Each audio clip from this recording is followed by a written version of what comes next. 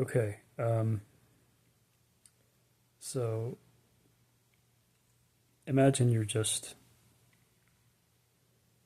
33 years old and you're, a reasonably young and healthy working man in the United States.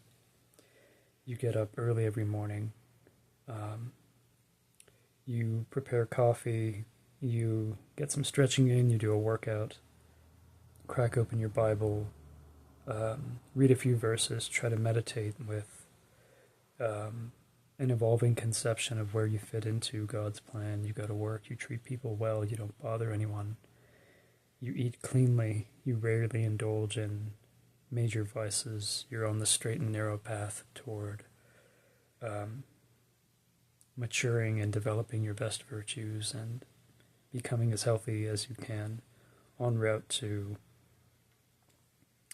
um, I don't know, dating a woman you find beautiful and, starting a family and fitting more and more healthily into the social fabric, okay? Um, but let's say at some point, and I haven't planned the contents of this video, I have a certain idea in my head I'm kind of encircling, so sorry if I don't articulate this very effectively, but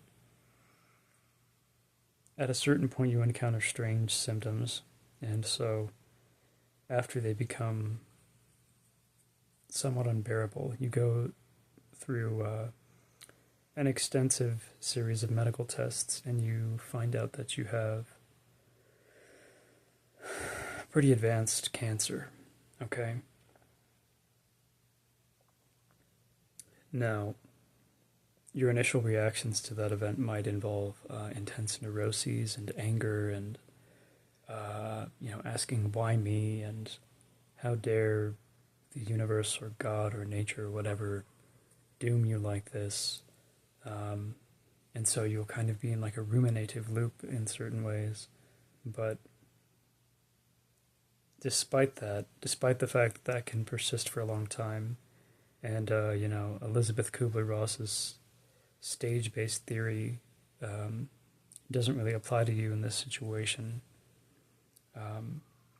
You might eventually find yourself in a hospital bed with annoying beeping machines lodged next to you or just stationed next to you with no visitors present, with no medical staff in your locus because they're too busy with other patients and their own obligations, and you're just kind of alone in a room. And the cascade of unfortunate or tragic events that have happened to you in the preceding months during which you've unwillingly succumbed to your condition just crashes down upon you, okay? Like a waterfall from the devil. I mean, you're just miserable in this situation. So, after this sort of protracted agony in hell, all this misery and confusion and anger and wailing and tear shedding will eventually reach a zenith point. It'll reach a point of intensification that will be absolutely unbearable to you. And once your misery reaches a certain point, something might implode within your consciousness, within your chest, within your viscera, within your heart, within your soul. And this compression of attention, this compression of energies that has gotten you to be so preoccupied with your own little place in life and your plans can sort of explode outward. And as a result of that, you experience this expansion of awareness and consciousness that gets you to suddenly see your place in the world differently. And you're not so concerned about your own individual mind, brain, body, self, etc. You're actually seeing yourself as like a tiny drop in an ocean. And so you go from a mode of mind which is concentrated and self-obsessed and self-pitying to a mode of mind in which you are just silent and receptive to the wants and needs of other people.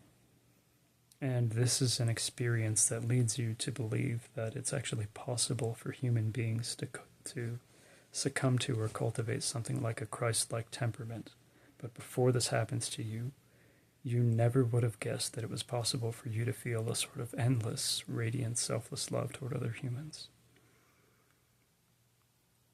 Now, different gradations and guises of this precise experience are waiting in store for millions of people in this country and in other countries in the world. So once you recognize that something like this might be in your future, regardless of how good your intentions are,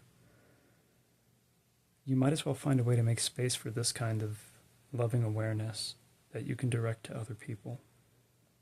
It doesn't have to involve intense straining and effort and conscious deliberation that feels like a painful resistance against what you naturally are. It can actually just feel like a yielding to the needs of the moment, which are presented to you by every subsequent present moment you find yourself in, which you can take as a God-given moment. All right, thank you for watching and have a good day, and God bless you. And if you haven't seen it already, go watch the Brendan Fraser movie, The Whale. I watched it last night for the second time, and it, prompted me to shed tears for the second time, which I'm happy about. I think it's a sign that my emotional life is healthy. All right, take it easy, everyone.